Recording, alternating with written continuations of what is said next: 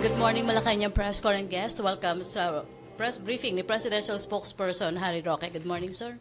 Ay, magandang umaga sa inyong lahat. Magandang Lunes na umaga. Well, alinsunod po sa ating pangako ng isang linggo na tayo po ay tutulong na ipahatid sa taong bayan ang tunay na mabuting balita sang-ayon dito sa train. Naimbitahan po natin ngayon ang ating Secretary of Finance, si Secretary Carlos G. Dominguez III, at kasama po niya ngayon ang kanyang mga Undersecretary na si Undersecretary Carl Kenrick Chua and Undersecretary Antoinette Tioncon. No? Ladies and gentlemen of the Malacanang Press Corps, let us all give a warm welcome to Secretary Dominguez and Undersecretaries Chua and Tionco.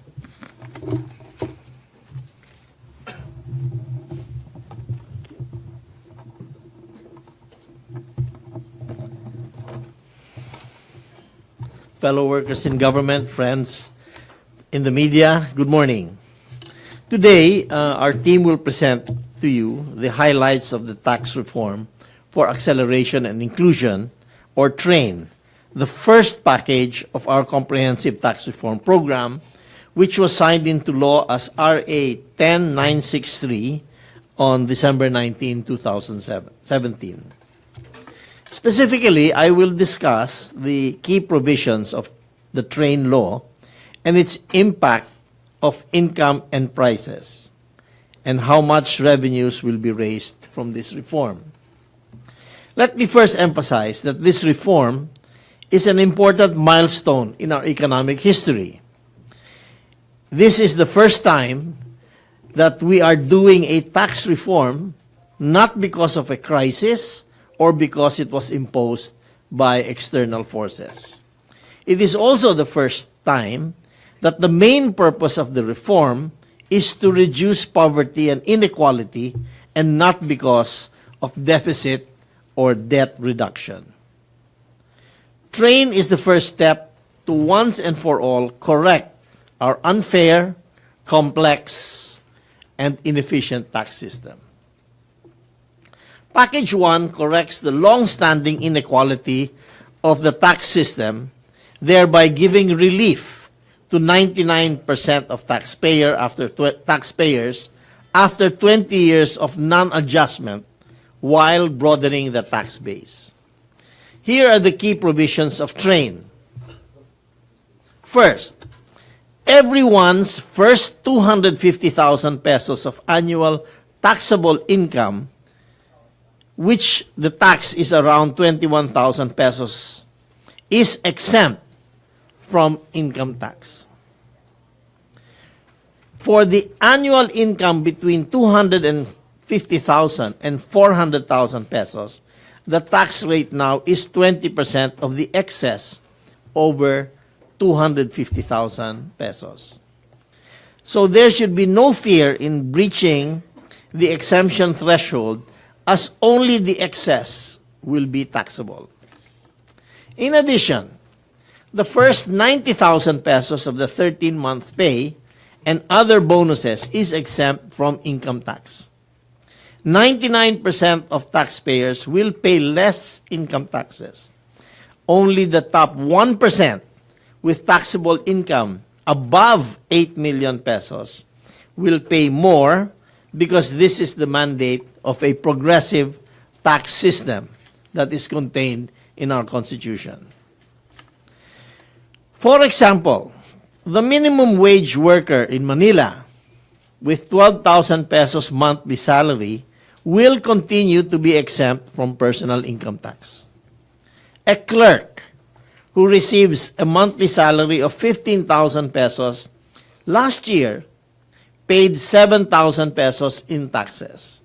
This year, because of TRAIN, he will now be exempt. So he will have an extra 7,000 pesos that will not be deducted from his withholding tax. A call center agent with a monthly salary of 21,000 pesos used to pay almost 22,000 pesos every year in taxes. He will no longer pay anything in income tax under the tax reform. A public hospital doctor who has an average of 57,000 pesos a month will take home 48,000 pesos more this year because of the lower tax rate. So, basically, what will happen is for those people who pay 250,000 pesos and above, they will receive more or less 1 month's take-home pay every year, extra. So this was the promise of President Duterte during the campaign, and he has fulfilled it. The following are the rest of the proposed tax schedule for 2018. For annual income between 400 and 800,000 pesos a year, the tax rate is 25% of the excess over 400,000 pesos plus 30,000 pesos. In the past, the tax rate was 32% in excess of 500,000 pesos. For annual income between 800,000 and 2 million pesos, the tax rate is now 30% of the excess over 800,000 plus 130,000 pesos. For annual income between 2 million and 8 million, the tax rate is 32% of the excess over 2 million plus a tax of 490,000 pesos. And finally, those earning 8 million pesos and above will be subject to a higher tax rate of 35% of the excess plus 2,410,000 pesos. These rates will further be reduced starting on 2023. The next increase is in the oil excise tax. Congress approved various rates depending on the oil product. For example, excise tax on diesel per liter is 2 pesos and 50 centavos in 2018, 4 pesos and 50 centavos in 2019, and 6 pesos in 2020. On the other hand, the excise tax on gasoline per liter will be 7 pesos in 2018, 9 pesos in 2019, and 10 pesos in 2020. This means that starting around late January 2018 or early February, the indicative pump price for diesel will be around 35.6 pesos per liter for gasoline and 49.8 pesos per liter for gas. Our analysis shows that the overall inflation might be increased by 0.7% due to higher oil prices in 2018, of which food prices may increase by up to 0.3%, and transportation will be up probably 0.1%. This is rather manageable, especially when compared to the savings from the lower personal income tax. History supports this analysis. Between January 2016 and January 2017, diesel increased by almost 14 pesos, which is an equivalent increase of 76%. However, inflation remained stable. Food and transportation and electricity, gas and housing and water did not increase significantly. Rice, together with other essentials such as pork, sardines, fish, and noodles, did not have a significant increase despite the huge increases in diesel from January 2016 to January 2017. To protect the poor and vulnerable from the impact of these moderate increases in prices due to the increase in oil excise, the DSWD is mandated to provide a targeted cash transfer to the poorest 10 million households in the amount of 2,400 per year in 2018, 3,600 per year in 2019 and 2020. This will be implemented in the first quarter of 2018. DSWD will identify beneficiaries based on the listahan, the Panpatawid Pamilyang Pilipino Program and the social pension beneficiaries. The budget for the unconditional cash transfer is included in the 2018 budget, totaling 25.7 billion pesos. On coal, Congress increased the excise tax on both domestic and imported coal from 10 pesos per metric ton to 50 pesos, 100 pesos, and 150 pesos in 2018, 2019, and 2020, respectively. Domestic coal will be continue to be exempt from VAT. With an average price of 9 pesos per kilowatt, now, the impact on the Meralco electricity price of coal is 2 centavos per kilowatt. Those who consume 100 kilowatt hours per month pay about 780 pesos per month. They will only pay an additional 2 pesos due to coal and 13 pesos more 13 pesos more with the oil and excise VAT. So essentially, if you were paying 780 pesos a month on your electricity, you will be paying now about 793 pesos a month. On automobile excise tax, the cheapest vehicles will face a 4% rate and the most expensive vehicles a 50% rate. The tax rates are based on net manufacturing or importer's price before the margins of the importer and dealer are included.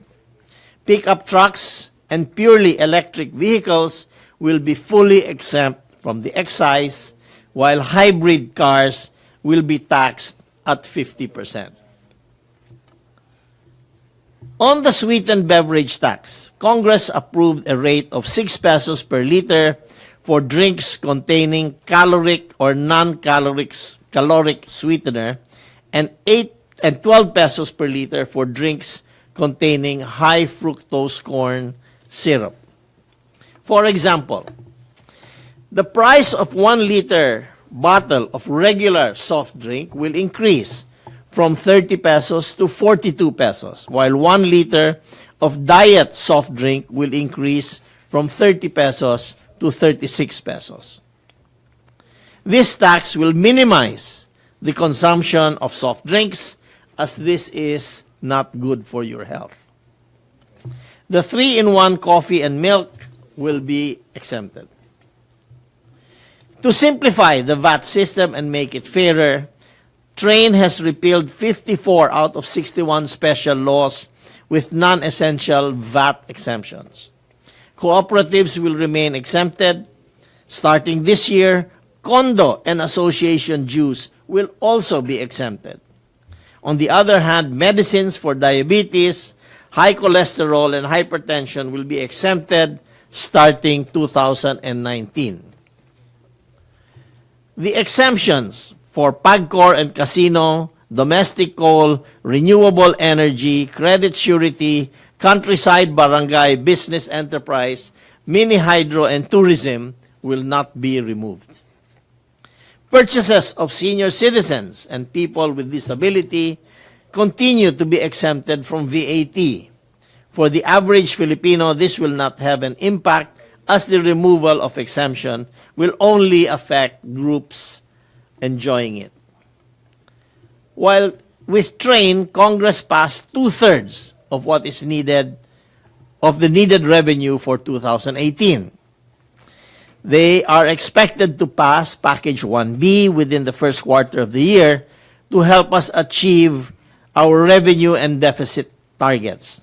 These include estate tax amnesty, general amnesty, motor vehicle tax, user tax, and relaxation of bank secrecy and automatic exchange of information. Let me now briefly mention the fiscal impact of TRAIN. Over the course of 5 years, we will raise over 786 billion pesos in revenue with this law. These revenues will fund the President's priority social and infrastructure programs. In Package 1, Congress passed two-thirds of the needed revenue for 2018, and it is expected to pass the balance in early 2018 to help us achieve our revenue deficit targets. This year, we aim to generate a total of 129 billion pesos in revenue, with 89.9 billion under Republic Act 10963 and the balance of 38.9 billion pesos under Package 1B.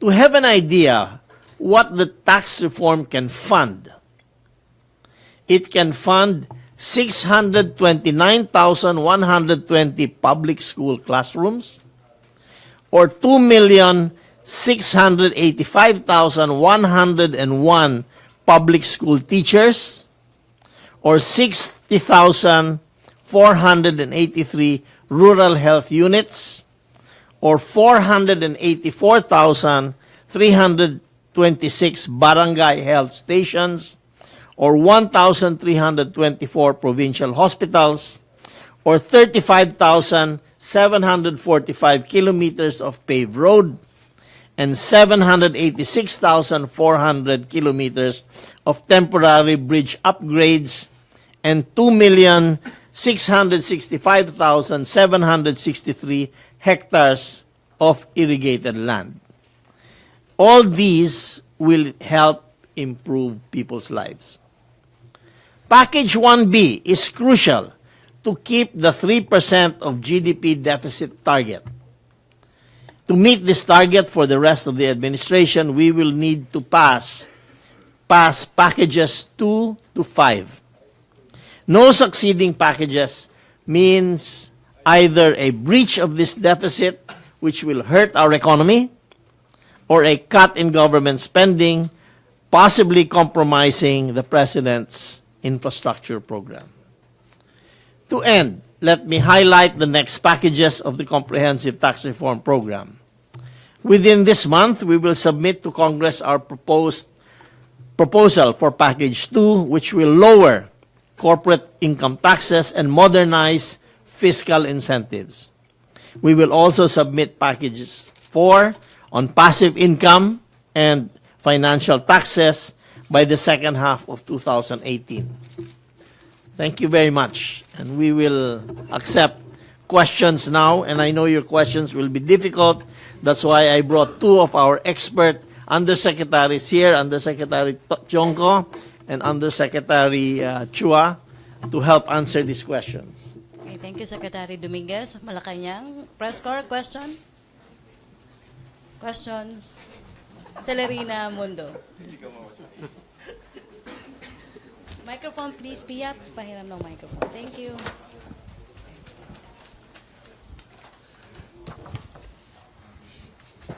Good morning. I'm Celerina Monte from Manila Shimbun, Japanese newspaper.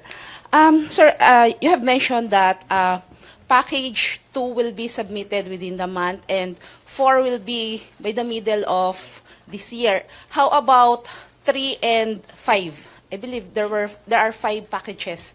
When do you intend to submit that? Yes. Package 3 will be also submitted within the year. And Package 5, we will see if we will still need revenues for Package 5. Some of Package 5 features have already been included in Package 1. How much do you intend to get from all these packages once approved? Our infrastructure program is about 8 billion pesos. 8 trillion. 8 trillion pesos, okay? It is not wise to borrow everything. It's just like any business. You have to have your own capital. And this is our capital. So we would like to raise more or less something in the area of 2 trillion. pesos for this, around 25% of the total.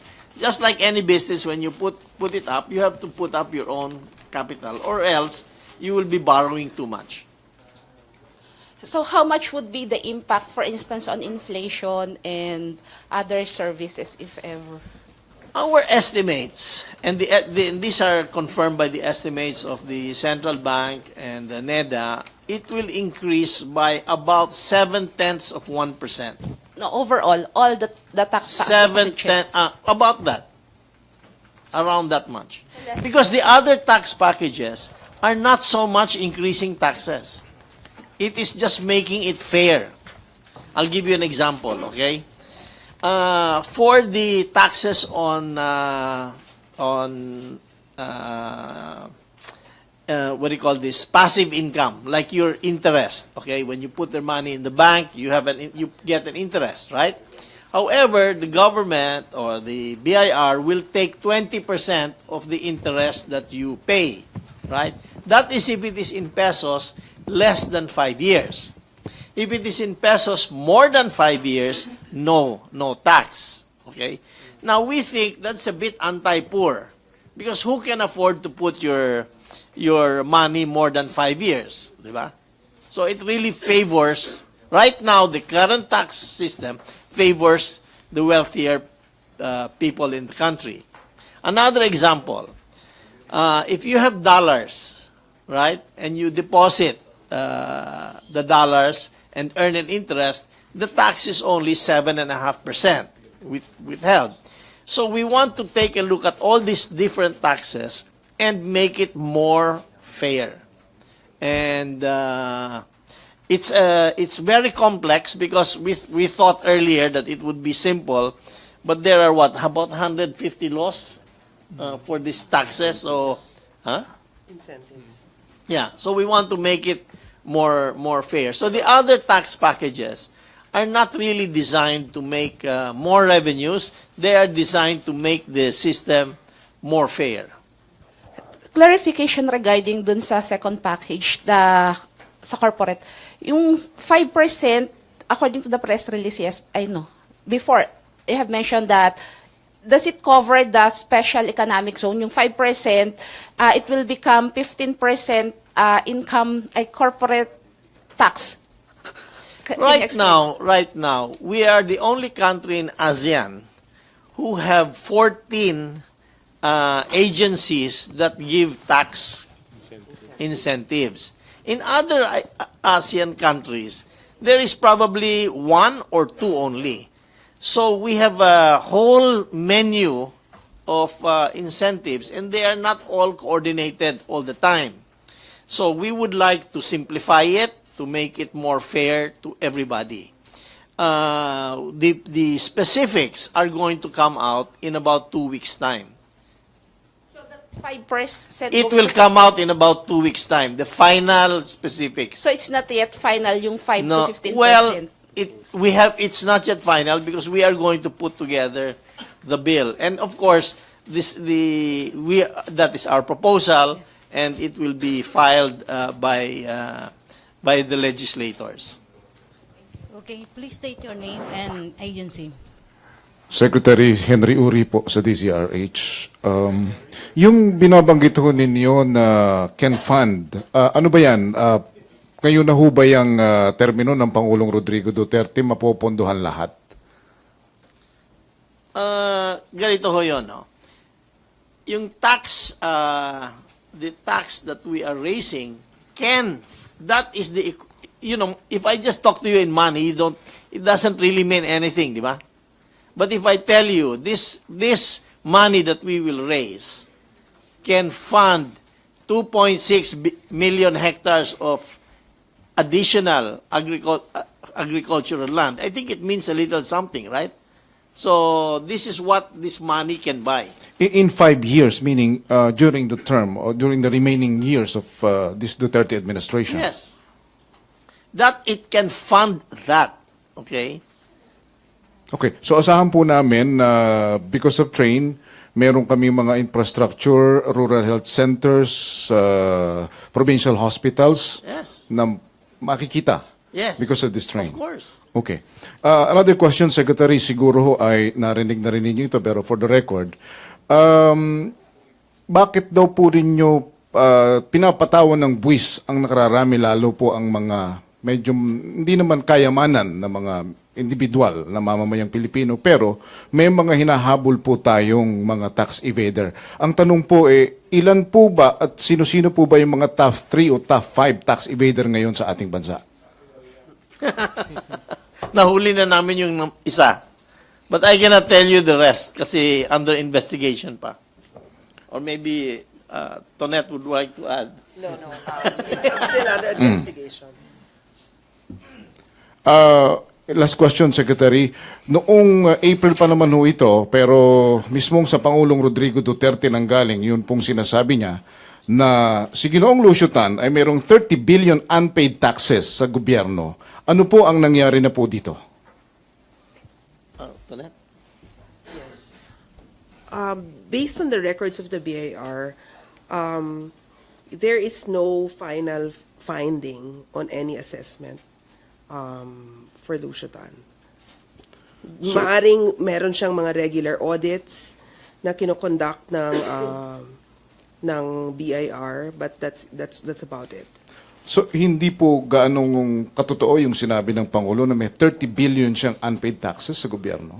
I think he may have been referring to the payment of the CAAP terminal fees, which were paid already. Opo. Pero 6 billion lang yata ho yung utang ng Yeah. pa. Yeah, I can't be too clear about the numbers, but as far as I can recall, it's that was, I think, what he was referring to. Okay. Last po, kailan po namin makikita na talagang naparusahan o nasingil na sa lahat ng mga tax evaders sa bansa yung pong hinahabol ng gobyerno? We don't have, right now, we have not caught all the tax evaders, but we caught the biggest one. Okay? We caught the tax evader who was penalized 30 billion pesos. And that was Mighty Cigarettes. And Mighty is no longer in the business. Their business was taken over by somebody, by another company, and no jobs were lost, but the government collected 30 billion pesos. No, actually 29.5 billion pesos and another half a billion pesos coming in April. Alright. Salamat po. Good morning, Secretary. Mikael Flores po of Nikkei. Sir, based on past DOF pronouncements, I think package 2, do you plan it to be revenue neutral? So, is it still the direction that? Yes. Okay. So, with that, sir, can you enlighten us on how much revenue forgone does the government incur on an annual basis with all the incentives that we're granting to some firms, and We don't have the total number yet. Some items are still being computed, but what we have is around 300 billion pesos a year. Yeah. We have not yet computed the local business tax that was foregone, and we have not yet computed the leakage that exists. But we know that from income tax, customs duties, import VAT, local VAT, it is around 301 billion pesos a year. and you mentioned also that there are a lot of investment promotion agencies which grant different Yes, kinds of 14. incentives. 14. No? 14, no? 14 investment promotion. So under package 2, do you plan to consolidate all these into just a single agency which will grant incentives? No, what we plan to do is we plan to expand the coverage of the Fiscal Incentives Review Board to cover all the incentives given, not only the incentives given to government agencies. And last from my end, you warned in your statement, Secretary, that the government is at risk of breaching its 3% deficit program if if the subsequent train packages are not enacted. So No, I did not say that. I said the government will not breach the 3%. No, I mean, if the train packages are not passed, Then there we is- have two options. We can pass more laws, or we can reduce expenses. Thank you. Okay, thank you, Pia. Good afternoon, Secretary. Just wanted to ask for concrete or specific projects that we might have already earmarked that will be funded by the first tax reform package. We know that these will go to infrastructure and development projects, but do we have specific projects? Yes. Which ones? Right now, we have the Kaliwa Dam, we have the Chico River Dam, we have the train between Clark and Calamba. We have the train, the railway between Digos and Tagum. And we have numerous road projects. We can give you a list from the NEDA. I'll get the list from the NEDA and provide it to you. Sir, safe to say all the NEDA-approved projects will be funded by Yes, the of tax course. reform Yes, package. of course. Sir, next question. Has Malacanang seen the other packages? Has the President seen the other proposed packages? He's been briefed, yes. And so the package 1B will be sent to him first before to Congress? Before being No, sent to no. Congress? It's already there. It's already in Congress. Okay. Yeah. Sir, can we expect the President to also certify as urgent? Yes. Those others. I think that has He been committed. certified as urgent already. No, it's only for We have to recertify it. Yeah, okay. Yeah, he will. Sir, he's committed to doing that. I believe so. Okay. Okay, question, MPC? Ace Romero, happy birthday.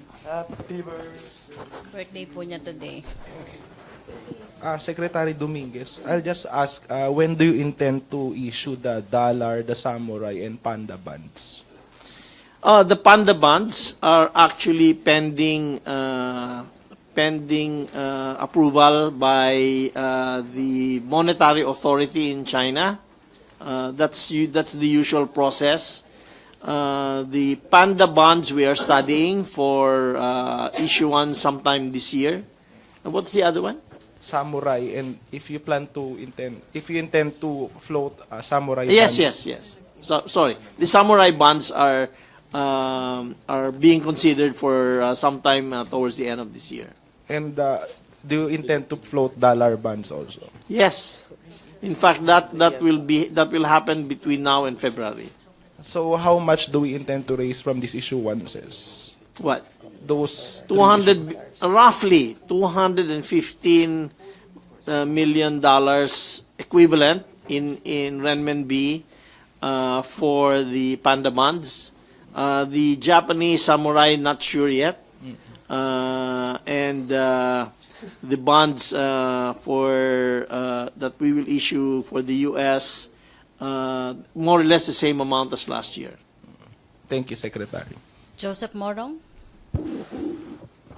Sir, good morning. You mentioned kanina, no, late January or early February dapat mararamdaman yung effect ng train on the oil excise taxes, oil prices. Pero meron na mga recent increases, di ba? So it will be this increase on top of the ones we're going to have. No, we are saying the increases due to the additional excise taxes will be felt upon the withdrawal or consumption of all the taxes of all the fuel that was withdrawn prior to the train. Kasi the gasoline stations keep, I don't know how many months inventory. So the inventory that was already paid with the old taxes should remain at the same price. So dapat, sir, early February and late January dapat. I think so. I don't have the exact inventory figures. Yes. We'll check with the DOE about that, but that's what I expect, diba? Yeah. Around that time, yeah. I'm just curious. Meron pong provision for vouchers, no, for jeepney drivers. Was that retained in the final form? There is in the budget I think a 900 million subsidy for these vouchers and social assistance. That is if they will be affected. But so far, we have not seen a case wherein we would have to tap that in full. Because as Secretary mentioned, when diesel increased by 14 pesos, last year we have not seen food prices go up. In fact, the jeepney fares increased by only 1 peso. No, I also want to point out something. You know, when the price of fuel was 56 pesos, now 44 pesos, right? The 56 pesos. There was an increase in. This was several years ago. There was an increase in transportation cost by 850. When it went down to 36 pesos, they did not reduce it by 850, did they? Exactly. So, sir, related to that, may petition po for fare hikes, di ba? So you don't think that's warranted? I'm not sure. We have to look at the figures. But at this point in time, since the fuel did not go up, I don't see any reason to have a fare hike because of fuel. All right, sir. Thank you. Okay, MPC questions on train. Dreo Calonzo.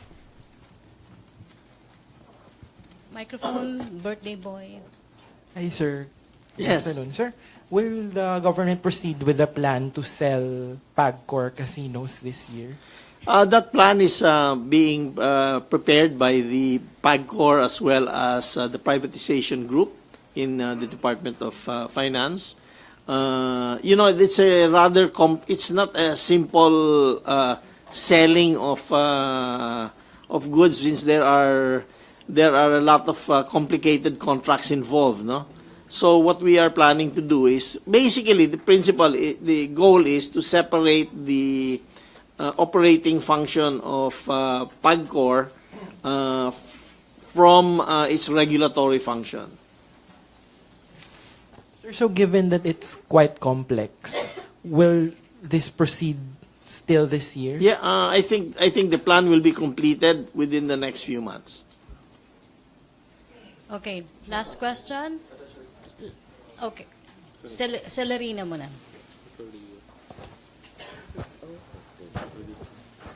Sir, follow-up ko lang yung sa Marawi Band. Meron na bang plan to issue that? Kasi I believe Yes, there is a plan to issue the Marawi bond. What we are waiting for is the plan to rehabilitate Marawi. You know, the financing only follows the plan. So we don't have the complete plan yet, but I understand Mr. Del Rosario has said he will finish it by March. But we are ready with the issuance of a Marawi bond. How much po yung inaayos? I don't know nga because we have to complete the plan first. But there's an initial assessment of 50 billion already. There is a couple of, I think there is it 20 billion in the budget already set up. But that's certainly not sufficient, I believe. But we have to wait for the complete plan.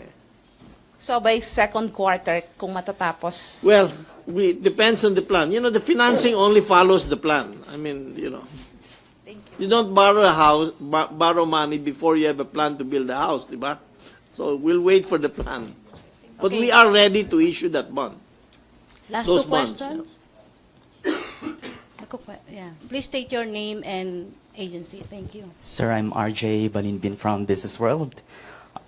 Sir, on the general tax amnesty in the package 1B, how much do you expect from it? And can you give us details about it, sir?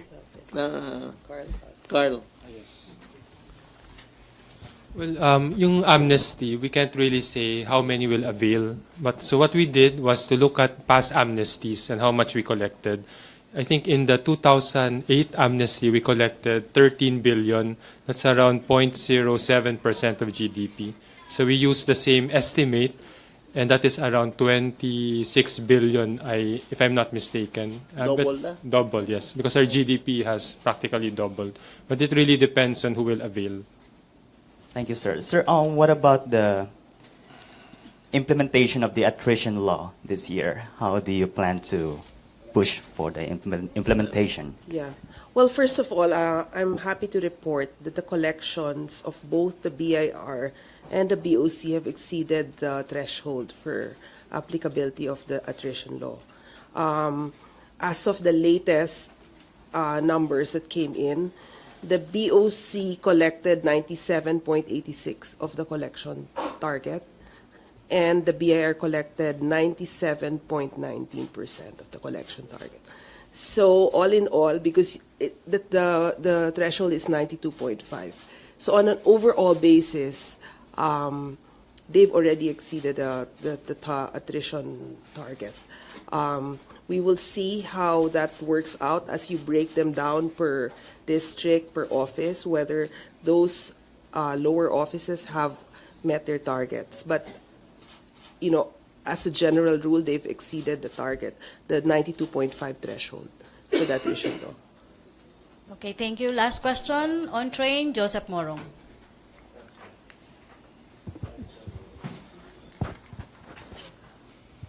Just on the 900 million subsidy vouchers, if and when you're going to need to dip into it, how are you going to avail if you're like maybe a jeepney driver? I think this is something we will have to ask DOTR and LTFRB.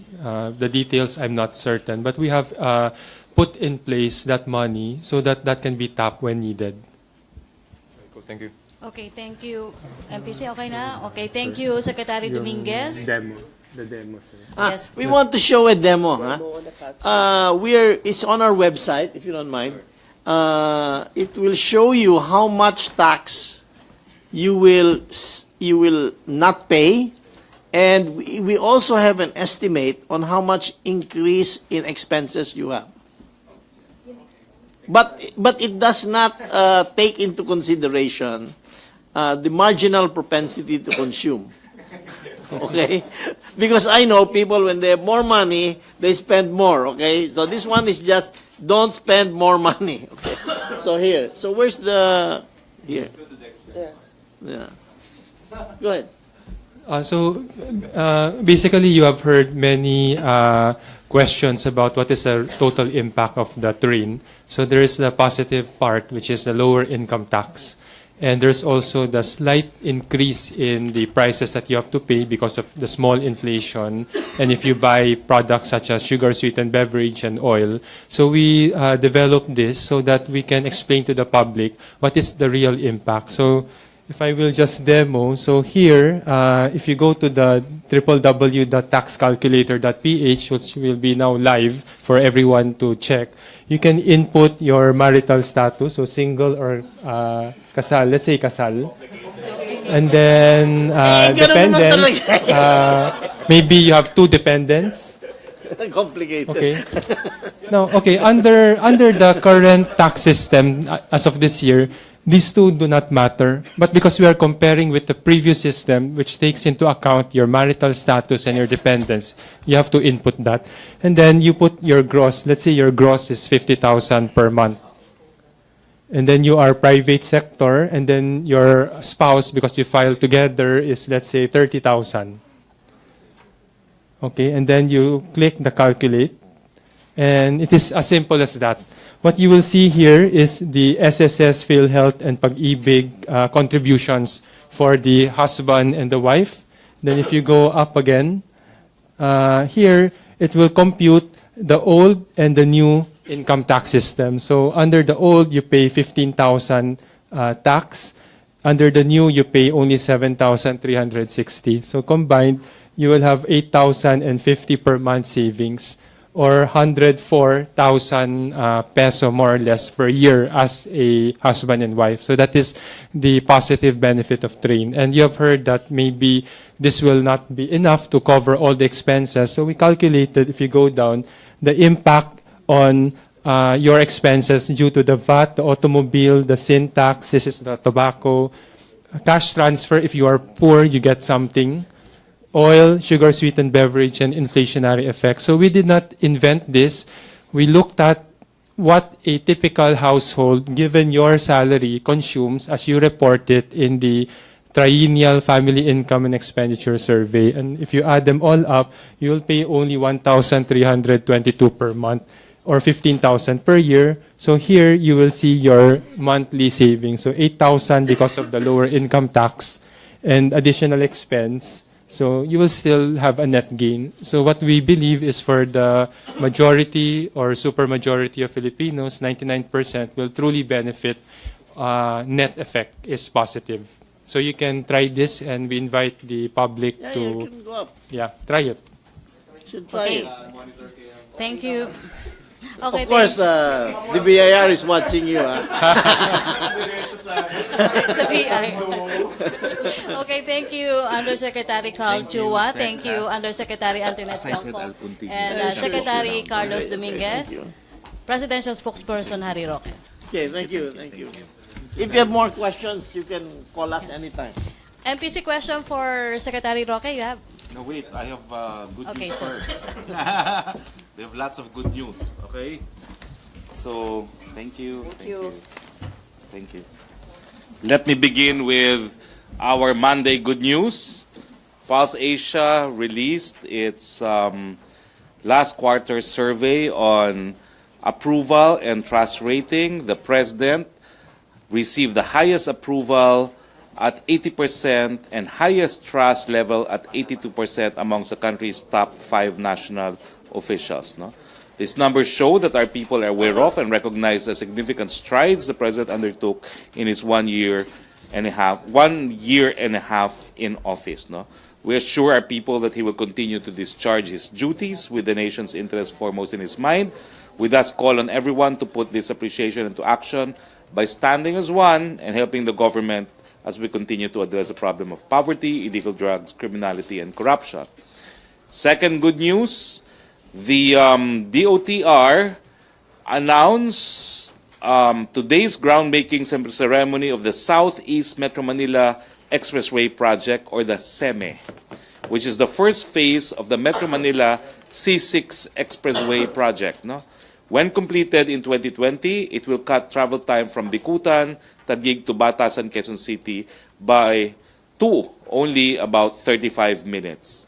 SEME will start in the south with a connection to the existing Skyway Stage 1 in FTI Taguig City and will terminate in Batasan Complex in Quezon City. It will eventually connect to the North Luzon Expressway via Balagtas. Groundbreaking ceremony was led by DOTR, Toll Regulatory Board in partnership with DPWH and the Basis Conversions Development Authority and the City Government of Taguig. More good news. We continue to deliver social services to our veterans and their families. Last year, 85.05 million worth of medical and health care subsidy was allocated by the Philippine Veterans Affairs Office for our veterans and their qualified dependents under the Veterans Hospitalization and Medical Care Program. An average of 208,159 pension accounts also benefited from 9.06 billion pension allocation in the PVAO. In addition, 2,185 Iskolar ng Bayan were given education benefits with a total amount of 38.11 million as of November 2017. More good news, the WHO had positive remarks for our sugar-sweetened beverage tax provision. No?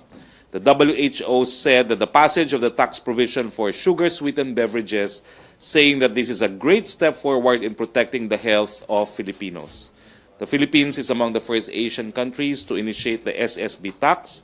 With this development, we hope to contribute to our national health agenda and hopefully prevent the risks associated with overweight and obesity, diabetes, cardiovascular disease, and tooth decay. Final piece of good news for this week, for this Monday, is that the world, we top for the third straight year. We top, meaning we're number one in the World Energy Council's Energy Trilemma Index 2017 on environmental sustainability. Environmental sustainability, together with energy security and energy equity, forms part of our energy development program. Relative to this, the national government, through the Department of Energy, has laid down policies including the Renewable Portfolio Standards, which mandates energy distribution utilities to source a minimum portion of their energy from eligible renewable sources. And soon, the Green Energy Option Program will be launched to enable consumers the power to choose renewable energy resources as their source of energy. The WEC rating on environmental sustainability is also recognition of the administration's advocacy encouraging Filipinos to make energy efficiency and conservation a way of life. Our program on minimum energy performance requirement for household appliances continues to help us control the growth of our total energy consumption and reduce greenhouse gas emissions. Let me comment first as a spokesperson on the Jerry Ortega case. The President remains the chief implementer of the laws. The case was filed by the executive. We have gotten a decision from the regional trial court that the evidence against former Governor Joel Reyes is strong, which prompted the court to dismiss the petition of bail. We will exercise all legal options to reverse this decision of the Court of Appeals. For the first time, I was allowed by the President to comment in my individual capacity on this case. So I have expressed consent to comment, and my comment is, it is not true that the case was a miracle. The case, true, is a kababalaghan, but is really a travesty of justice. I point out that the only issue in the petition is whether or not there was probable cause to charge former Joel Reyes. There was already a prior Supreme Court decision with Justice Marvic Leonen as ponente, ruling on the validity of the second panel created to investigate and determine probable cause against Joel Reyes, and which panel concluded there was probable cause.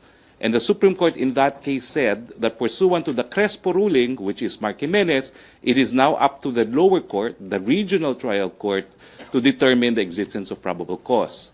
As former private prosecutor in the case, I only left the case June 30, 2016, when I took my oath as member of the 17th Congress. At that time, we had concluded presentation of all evidence for the prosecution, and the defense had already concluded its presentation of evidence, and there was already a decision of the lower court that evidence of guilt was strong against former Governor Joel Reyes. So I find it alarming that this CA decision, number one, overruled an earlier Supreme Court decision, and number two, arrogated its own judgment for that of the regional trial court that had the opportunity to physically accept the evidence, observe the demeanor of the witnesses, and concluded that there was in fact probable cause. This is a very sad development for freedom of the press in this country, given that the murder of Jerry Ortega is a classic case of extralegal killing, since Jerry Ortega was both a member of the journalism profession, he was a journalist, and he's also an activist. EO 35 classifies the killing of both journalists and activists as extralegal killings. No? And of course, we condole with the family of Jake Makasait. Jake, as you know, is a long-term publisher of Malaya. We consider his death to be a big loss to Philippine journalism. Aside from being active in publishing Malaya and being active in the Mosquito Press during the martial law years, Jake was best known for wanting to be cited in contempt rather than be silenced even by the court. In one Supreme Court decision, he was cited in contempt because of his remarks about the so-called Majestic Seven, alleged judges in cahoot with alleged corrupt justices of the Supreme Court. He preferred to be cited in contempt rather than surrender his independence as a journalist. I had the privilege to work with Jake Makasait in connection with the libel cases filed by the former First Gentleman against a number of libel cases. He was very maverick and insisted, let them file charges against me because I consider them as badges of honor. He will be missed, both by me personally and by the nation. Questions now. Joseph Morong. Sir, distinguish ko lang yung binayagan ka na magsalita on your own, yun lang yung soundbite na kababalaghan. But your statement that the government will do everything to reverse the CA ruling, that's from him. That's an official stand of the Philippine government because all criminal cases are prosecuted in the name of the people of the Philippines. Alright, yun muna sir, baka may iba pang Jerry na topic. Pia, may follow-up question? Celerina Monte. So, sir, what does the government intend to do? Like, will there be any filing of any appeal or? Because of my awkward position, I can say that I think the the government will exhaust all remedies, including filing first of a motion for reconsideration, having said that there was a prior Supreme Court decision that it is up to the regional trial court to determine the existence of probable cause, which had been already determined by the regional trial court. I intend to invite Solicitor General Calida and Secretary of Justice this week to address not just this case, but dismissal of some of the high-profile drug cases. Sir, apparently the decision of the CA, it stated that there was no evidence, and those circumstantial evidence presented by the Solicitor General, parang the CA found them na hindi daw siya acceptable. Like for instance, yung flight, it's not really an indication na a crime was committed, that's why he left the country. And the passport issue, it's another matter daw, yung paggamit niya ng fake passport. I will answer that in my personal capacity. Of course not. I presented the evidence myself under the control and supervision of the public prosecutor. Every point that the witness Bumar testified to was corroborated by other evidence and other testimonies, other witnesses. There is nothing in the testimony of Bumar that was not corroborated by another witness or by physical evidence. We made sure of that. So I dispute that. We did not rely on circumstantial evidence. Yes, we relied on the testimony of Bumar, but also at every material point of the testimony we felt, and the regional trial court agreed that we were able to prove matters testified on by Bumar by other independent evidence, prompting the regional trial court to rule that evidence of guilt is strong and therefore he's not entitled to bail. Sir, specifically cited rin yung 300,000 supposedly left when 6 armed men chased them. Supposedly that would be corroborated raw by the other witnesses, and yet that important incident was not corroborated by the other witnesses. It's only Edrad, or it was only Bumar who claimed about that incident. Well, you see, it was only Bumar that lost the money. But what were the corroborating evidence? No, the corroborating evidence include the testimony of Marlon Recamata, who testified on the organization of the hit squad. There was also the testimony of Mr. Arandia and Mr. Armando Noel on the procurement of the murder weapon, the constant communication between them and Bumar, and the surveillance conducted on Dr. Ortega, the payment for the job, and the procurement of money from the house of Mario Reyes from Ava, and we even had physical evidence of the entry in Ava, and the escape of the suspects. Of course, the declaration of the Court of Appeals that flight does not necessarily mean guilt runs contrary to bulk of jurisprudence, very clearly ruled upon by the Supreme Court that flight is evidence of guilt. Sir, last, do you think the CA just became choosy in defending its decision? I do not know how they came up with this decision, but it was not unanimous. They've had to create a special division because 2 lady justices dissented from the decision. Okay, thank you, Celerina. Other issue, last question? Other issues. Pia? Follow up ka, Henry? Other issues. Pia? Sir, there was a petition filed by the NUPL seeking to, asking the courts to rule as unconstitutional the martial law extension. And they were saying that this is because martial law extension is more a threat against dissenters and activists than actually meant to quell an actual rebellion. Any comments on this from Malacanang? Well, we can certainly defend martial law as it has been reviewed already by both houses of Congress, and both houses of Congress voting jointly concluded that there is both factual and legal basis. 2 branches of government have already ruled that martial law is constitutional, and we're confident that the Philippine government, the executive, can defend this position in the Supreme Court as well. Certainly, since martial law has been imposed twice already, we have not had any documented cases of persecution against anyone. Sir, I think this is coming from the sentiment that the NPA were identified, as well as the legal fronts, identified in the request for extension as targets of martial law, differing from the previous requests for martial law. I think the branding the NPA as terrorists is separate and distinct from martial law. They were branded as terrorists because they are terrorists. Okay, thank you. Last three. Henry to be followed by Pia, then RJ, last Joseph Morong.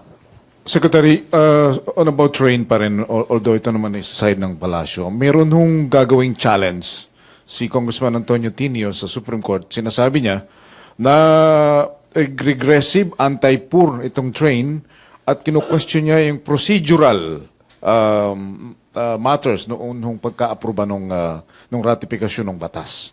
Ano ang sagot ng Malacanang dito? Well, of course, this is a law duly enacted by Congress. It enjoys the overwhelming presumption of constitutionality. But going beyond the presumption, number one, on the issue of regressive, I think Secretary Dominguez and his team were able to answer that. It can't be regressive because the poor and the middle-income earners stand to benefit from train. And secondly, on the challenge on the procedural aspect of it, this is a decided case, Astoria versus Villegas, enrolled bill doctrine. As soon as the Senate President and the House Speaker affix their signature, it is a certification that all processes have been complied with, and that's entitled to much respect on the part of a co-equal branch of government, which is the courts. All right. Enrolled Bill Fury, Astorga versus Villegas. Pia Thank you, sir. Gutierrez. Pia Gutierrez. Sir, regarding the allegations against CHED Chair Patricia Licuanan on her foreign trips, first, sir, is the President aware of these allegations, and what can he say about these allegations? I believe she traveled 8 times in the past few months, and did she actually secure the authority of Malacanang for her to travel, sir? She said so, but what I'm not sure as of now is, number one, if there's been a formal complaint against CHED Chair Licuanan, and number two, if it's been received by PMS. Unlike other cases, there were actual complaints received by PMS, duly furnished our office. No? I'm not sure there is such a complaint, although I'm aware that Congressman Nograles recently spoke out against these trips. Needless to say, the President always looks on and investigates all these reports. It would help if it's formally filed. All right, sir. Sir, on another topic, aside from the Pulse Asia report, may lumabas na rin po na SWS survey, and it showed that 70% of Filipinos believe that President Duterte is a better president than former President Pinoy. What can Malacanang say about this? I think the survey proves what we already know as a fact. Okay, thank you, Pia. Incidentally, in addition to 70% believe that he's a better president, 86% believe that the president is taking on the right direction.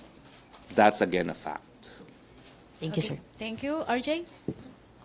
Sir, Senate President Pimentel said last Saturday that he will soon file a resolution on CONAS for federalism. Was CONAS discussed in the palace? No, it has never been discussed in the palace. Of course, the president has expressed a preference for CONAS, but there has not been any formal discussion. It is a decision made by Congress itself.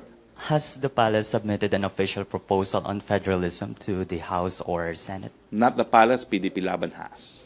Okay.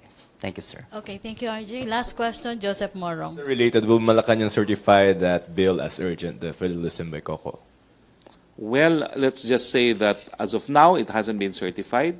I will check with the President if he's inclined to have it certified as urgent, although both houses of Congress have identified, okay, CONAS and constitutional revision as part of their legislative priorities. Sir, ano yung magiging priority? BBL or federalism? That's really up to Congress. Not the palace? Because, Not the palace. it's Congress, an executive commitment. Well, Congress is still a separate branch of government. We leave it to the leadership and the members of the Congress to agree on their legislative priorities. The President will not push for the BBL? The President has been pushing for BBL, but it's up to Congress because your question is, what will they prioritize? That's up to them. Okay, thank you, Joseph. Thank you, Presidential Spokesperson Harry Roque. Thank you and happy birthday, and see you again tomorrow. Happy birthday, and I think there will be a celebration. Okay, thank you, Malacanang Press See you tomorrow. Corps. Back to our main studio sa Radyo Pilipinas and People's Television.